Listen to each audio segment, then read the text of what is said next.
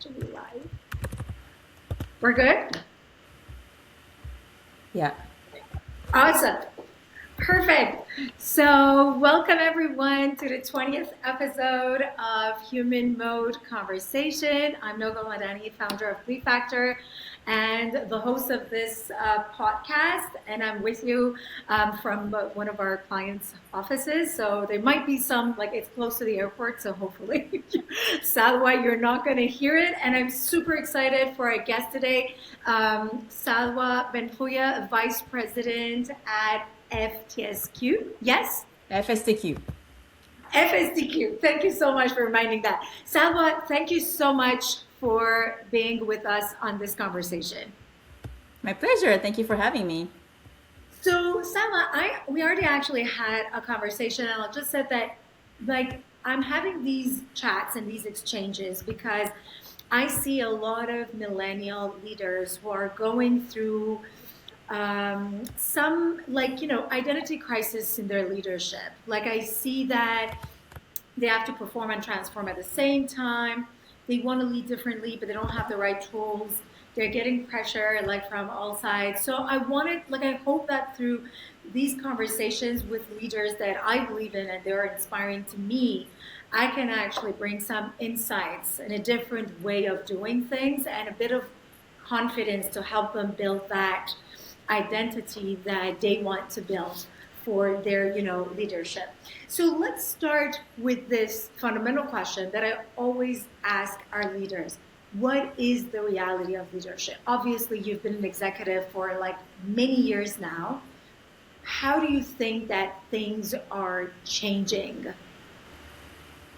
Sure. So I just wanted to take a step back and today, and it's been the case for a few years already. We've been talking about this for a few years already, but leadership is less about having all the answers and more about trying to navigate through uncertainty, right? Like I think we hear this often, and it's very much true. For me, I feel that that's really fundamental to understand as a leader, and to be okay with. Okay, that often you're gonna have to be having conversations and trying to provide some guidance and some clarity around topics where or about questions where you don't have all the answers. We're gonna come to an answer together or come to a decision together with your team, and the posture as a leader is really to try to simplify and prioritize and help the team come to conclusions or make reasonable decisions with imperfect information. So to me, that's the essence of leadership today. It's also a lot about managing emotions, managing people's energy, and also making sure that you're able to make those quick decisions. And sometimes you want to have all the data. You know, today's world, we have access to so much data, but sometimes you have to make that quick decision instead of getting lost in translation and lost in all the data. So those are key factors to me in today's leadership. It's actually very interesting. Our guest last week said that the leadership today is all about translating the complexity. And I think that this is exactly like what you're saying. And, it's really aligned with the work that we do a lot, which is really helping leaders become enablers and facilitators. Because, like you don't have all the answers, but can you No. create an environment for new ideas to emerge? But there's always a challenge that I'm hearing from like younger leaders that we are expected to go in meetings with answers. We are expected for uncertainty when we don't have it. Like, there's something a bit systematic still happening that it looks at change or these unprecedented times, to your point, from COVID all the way now to AI and probably the years ahead, that we're still looking at it like the same way as we look at like performance, which is we have all the data, we just have to execute. Like, Yeah. how can leaders somehow navigate this kind of expectations that is unrealistic? Yeah, so I would say, most of the times the answers that you're going to be asked to provide, the recommendations have to be directionally correct. But precision in most of what we do is really hard to achieve because there's so many variables and variables change in life, right? So you can be expected to have precise answers in some field, perhaps that's more realistic. But when I look at what I do on a day-to-day basis in our world, in the investment world, and we have to make decisions with information that is often changing very quickly, and a backdrop that is also changing very quickly. So assumptions that were correct, a week ago, a month ago, may not be correct at the time when you're looking at the decision. So you have to be comfortable with that degree of uncertainty and be able to move forward. So as a leader, you're there to set the momentum. You're there to set the direction, and also build that trust, which is very important factor. When you're navigating complexity, trusting the people that you are working with and trusting the people around you is so key. You don't want to be questioning every single thing that people bring to you. So that's very important. You want to have a critical eye, but you want to have a lot of trust in the team around you. In terms of which is really hard to apply when you come out of school, because when you come out of school, or I guess in a lot of the institutions, the way we are taught about leadership, it's thought as something, it's very linear, is a clean model, where the leader is still seen as an expert. Even when we do case studies, it's still very much that, like we think about, this leader is said this or that, and this outcome happened, and it was because the leader had all the answers, which is not exactly true in the reality. And so there's a lot of trade-offs that you need to navigate, and a lot of ambiguity and complexity. And that recently I completed my IWF fellowship, and it was refreshing because it was one of the first times that we talked about this idea. As a leader, you need to have this paradox mindset, and you need to be able to shift from an A or B solution to how do I integrate an A and B solution. Because most decisions today are not as simple as, well, this is the trade-off, I'm going to pick A versus B. You need to be able to demonstrate, for instance, that you can be agile and you can be efficient. You need to be long term, but you need to also think about the impact short term. So these are a lot of things that you need to navigate at the same time. So that mindset is very important, and it's not often thought that way. And actually, this is what I wanted to say, that not only schools, but even still the trainings that we have, in so many cases, I hear that it is around authority. And, you mentioned something around trusting your people, because in the complex time, yes, obviously you have to have that judgment to understand, like, if we are going on the right direction, but also have that trust in your people. And this is quite like against that directive, authoritative, like, quite controlling leadership that many of us, not only we were taught, but we actually experienced in our workplaces. Yeah, and to me, that integrative mindset is really key. And I was really, I came out of that fellowship, and that was one of the main learnings for me. It's really, how do you make that the norm, and how do you make it accessible and normalize it to have this integrative mindset? It really makes things. It gives you a different perspective on leadership. It's interesting. We call it facilitative leadership mindset, but it's like, I love actually how you also like call it integrative, so that it's just more collaborative. Yeah. It's more like there.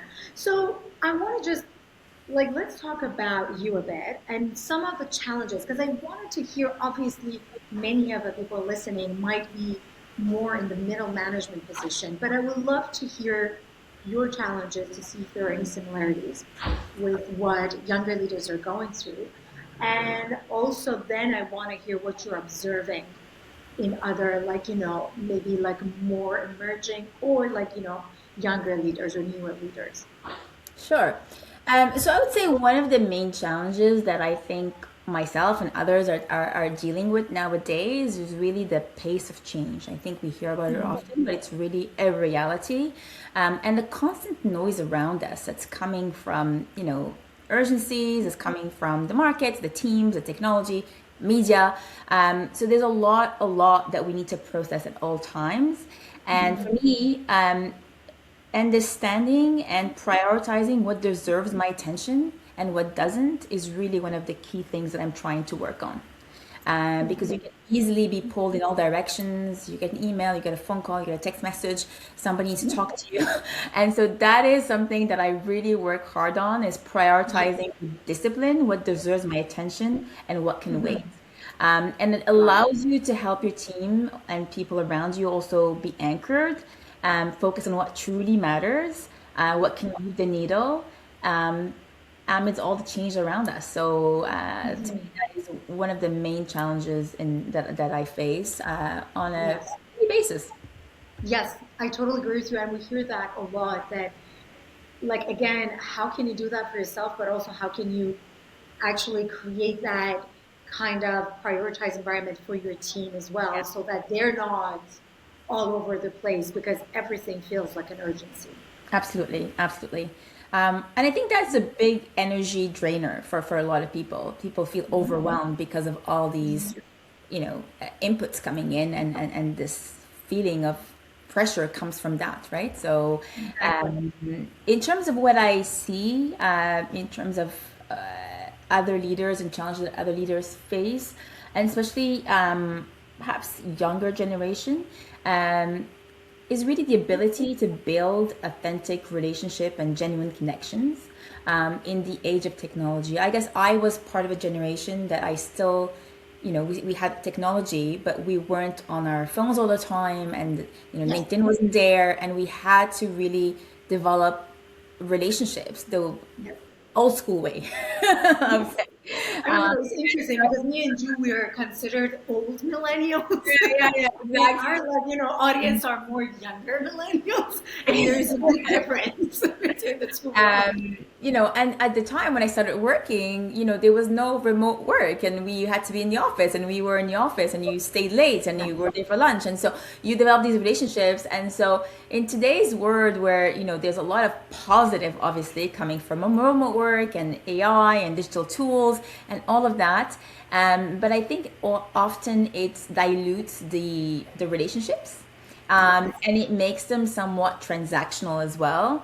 And it's hard to rebuild or to build those authentic relationships. Yes. That's the main challenge that I see. I totally agree with you. And what I'm hearing constantly is that, like I mention this all the time because it really blows my mind that leaders say that I know I have to develop a team and I have to connect with them, but because I don't have time, I rather perform as an individual Yeah. than connecting because I don't have the means, I don't have the tools, and I don't have the time. So they have a leadership title, but they're still individual contributors. They're just still like amazing high performers. And for me, constantly, my question is constantly, how can you move from that to an enabler, to a facilitator? And to your point, building that trust is extremely key, but that trust doesn't happen just by itself. No, Like exactly. it really happens through those human connections. Absolutely. And I mean, I think connections can happen in a virtual world, but I definitely think there is something to be said about being sharing a physical space, Yes.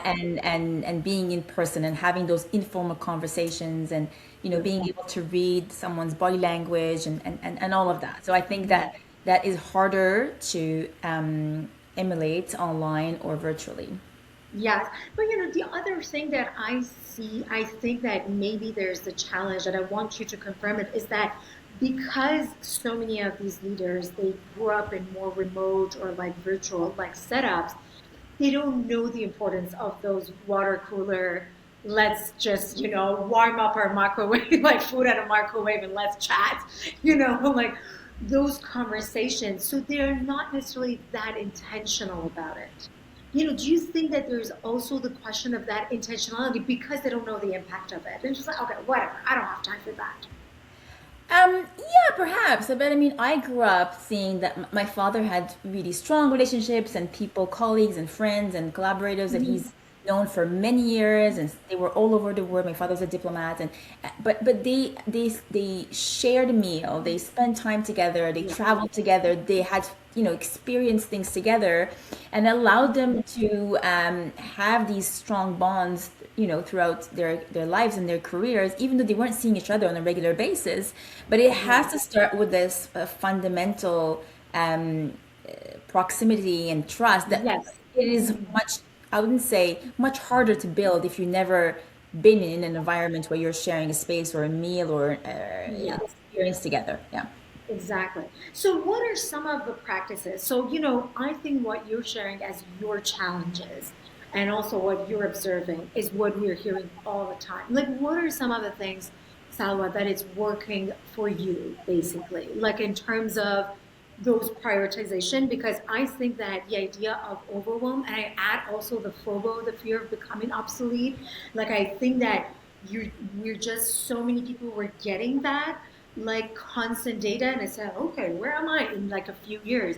And what they're saying is that we have to lead change and lead the transformation that don't know if it's going to keep us relevant in a few years. So it's even happening with that like lack of like security and like confidence. So what are some of the practices that it's helped you out, either building connections, building trust, or like understanding your value proposition as a leader and where you're standing, and like somehow removing the noise? So I was an athlete and I did a lot of sports growing up, and so I learned a lot from that. And so to me, one of the things that's really important to me is creating this team spirit. The idea that we win together, we lose together is super important for me, and the idea that we are a collective, it's key, and it helps to kind of bring people together and build that trust as a Yeah. foundation. Um, I've managed teams that I had to merge, and I've managed people that come from different teams, and I kind of often had to restructure and work with teams or individuals that are coming from different teams. And this being intentional about having a team cohesion is number one priority. When I look at my objectives every year, that is something that I double down on every year. And so, how do I do that? So, it's not always easy to because time is the constraint, the main Exactly. constraint. I wanted to ask you, was it because So everyone yeah, says I so don't it's have not time. necessarily about spending the need of being together all the time, but about being intentional, creating experiences, shared experiences, and so whether it's team building activities, but they have to be relevant, right? Like so, team building activities that are relevant, and creating whether it's through teams or different channels, but finding the time to celebrate together, finding the time to have those shared experiences, even if it's just like let's have breakfast together during a team meeting and we're gonna have some pastries and coffee and chat for a few minutes before the team, or we're gonna do some volunteering together. That is to me key. And I would have to say, even during COVID, it's really what got me and my team. I had the incentive team during COVID.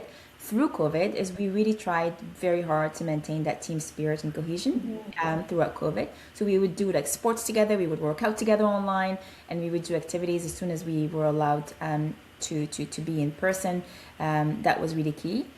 And the other thing that also from sports, it's installing this healthy competition, and it's not necessarily competing against each other, but competing for excellence together, So that is to me something that I try to install in my teams, and some people really buy into that, and it creates this really fine atmosphere. Other people find it a little bit less harder or not as motivating, but generally I feel like when we're trying to achieve excellence together, it gives you this common goal, and it makes everybody in the team kind of raise the bar.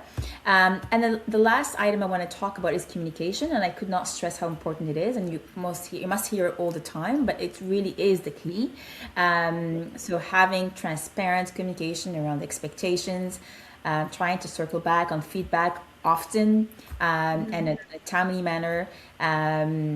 especially when times are hard, especially when there's pressure, especially when there's deadlines and things like that. It's really trying to stay as connected as possible, and providing that Grounded. transparency and communication. Yeah.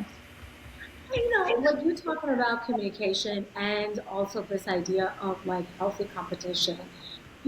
Like I work again, like I say this all the time on this podcast and all the time to our clients that everyone says innovation is our is our value, or like excellence is our value, but they don't necessarily create that environment for it. Like it's just that okay, I can't innovate, like I need to innovate, but I cannot make mistakes.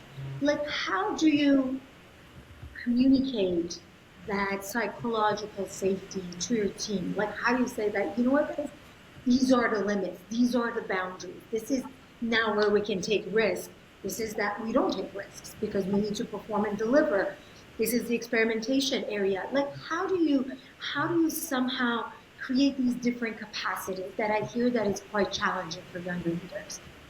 Yeah, I think the culture that we evolve in, and there's a lot of the expectations are high in terms of success, right? Like we all are overachievers and trying to have success.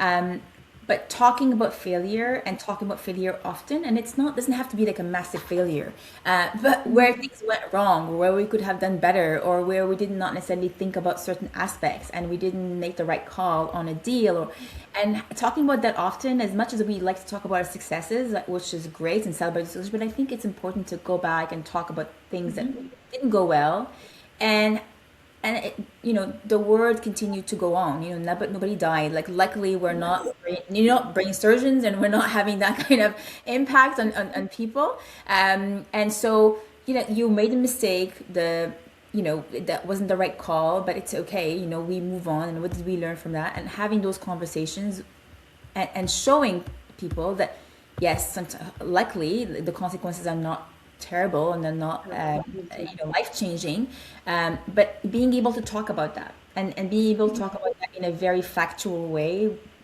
without the emotional charge, and showing people that it's okay, and we can move on, and that's how we learn, and we move on, and genuinely, showing that it's something that is tolerated, that is expected as well. I often say, like, expect to have it wrong the first time, expect not to for it not to work, and especially now when we're experimenting about things like AI and all these tools, I'm like, yeah, you're gonna try the first time, and it's not, the answer is not gonna be great. You're gonna have to try it again and again and again, and maybe the fifth time is gonna give you something great. Mhm. I mean, I love everything actually that you're saying, because it's a lot of about setting the tone and setting the stage for the team, removing the language of, like blaming and shaming. And it's interesting. Some people say that we're actually spending more time talking about what's not working than celebrating. So I see two sides of things, that we're not recognizing the effort enough. We're just celebrating results, which during change and transformation is going to come much later. Or we're just focusing on that and we are not highlighting what's not working. So there's not a learning around that. And I like the fact that you're saying that it has to be the balance of both. You know, Another like question that I want to ask you, and then I'm just gonna ask my final question. Like I mean, there's still three more questions. I know that's why I always say that. Give me 10 extra minutes. Is that what did you have to let go of? Because you've done your MBA, you've just done like this like women for you do like a lot of learning. But when I'm talking about this facilitative leadership mindset, I say, you know what? It's not only learning new skills because it's quite overwhelming. Like there are also a lot of letting go, like things to let go of. What were some of the things that you had to let go of?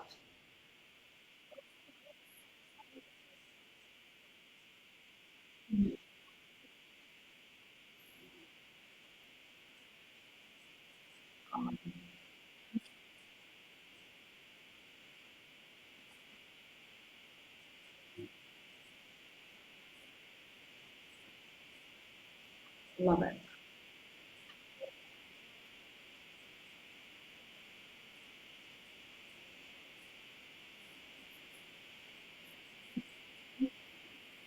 Yeah.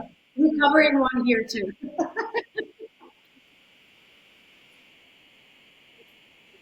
Yeah. And it's liberating, I would say. It's really liberating. Like you're sitting in a meeting and say, and I talk to many leaders that they say that we even want to fill up all the silent moments within meetings. And it's like, I just be silent and you'll see that people will talk. Like, it's not on your shoulder to constantly feel the void. Like just let it sink in. Hold the space for others to just come up with new ideas. And it's totally fine. So, we're talking about 10, 15 years from now. Like, obviously, as I said, the FOBO is real, like the AI agents, and we're seeing that it's happening and all of that. Like, what do you think will be some of the leadership skill sets that younger leaders need to somehow embrace from now on and start to learn?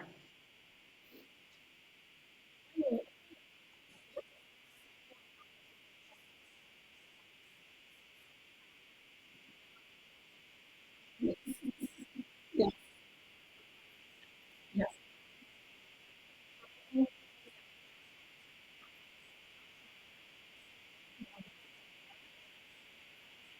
Mhm. Mhm.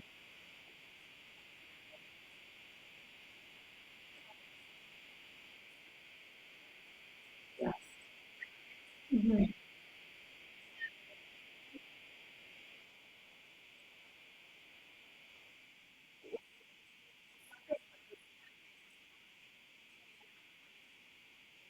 Mhm. Replace that. Exactly.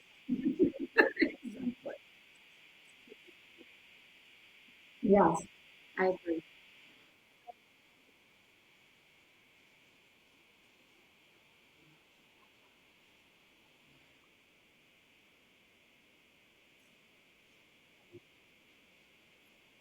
And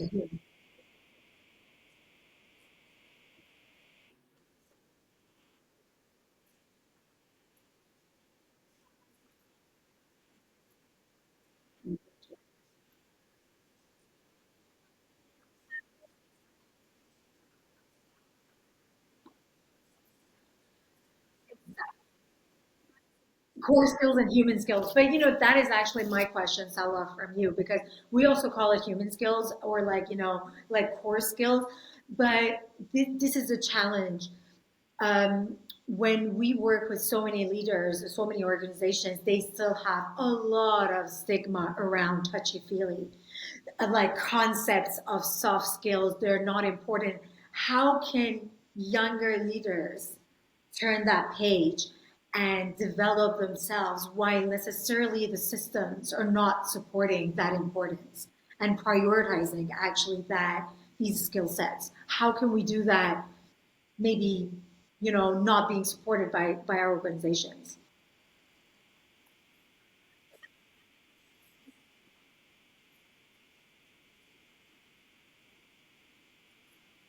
Yes.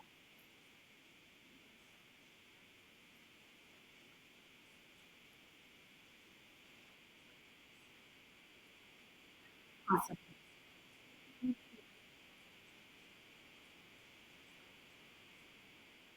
Recognize it. Yes.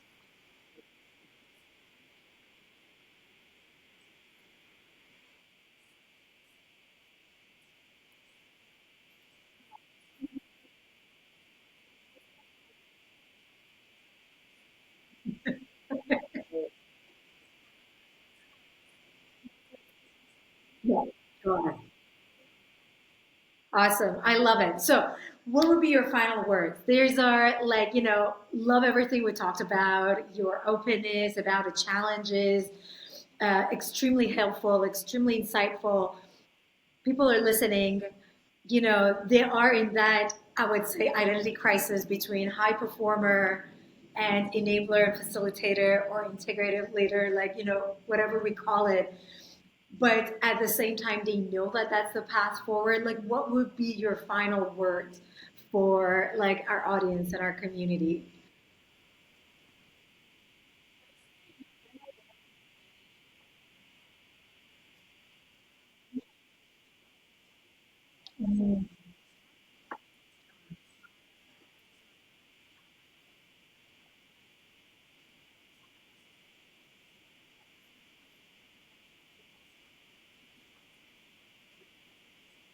Yes.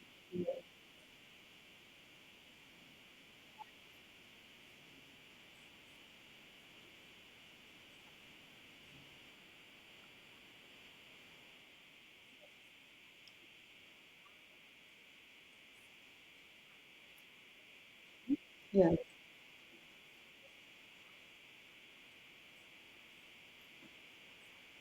Awesome. I love it. Thank you so much, Sawa. I know that you are a busy leader, so thanks a lot for dedicating this time for like your answers, the wisdom that you shared, all the inspiration. And I really, really, really hope that we can just talk to more people like you with this vision of human centered leadership and people leadership so that we can, to your point, build organizations where both technology and people will thrive in it. So thank you so much for being with us. Awesome. Thanks a lot. And to everyone, we're going to be back next week for another conversation. This is going to be here actually live on LinkedIn, and we're going to upload it very soon on YouTube. Have a great day, everyone. Bye. Take care.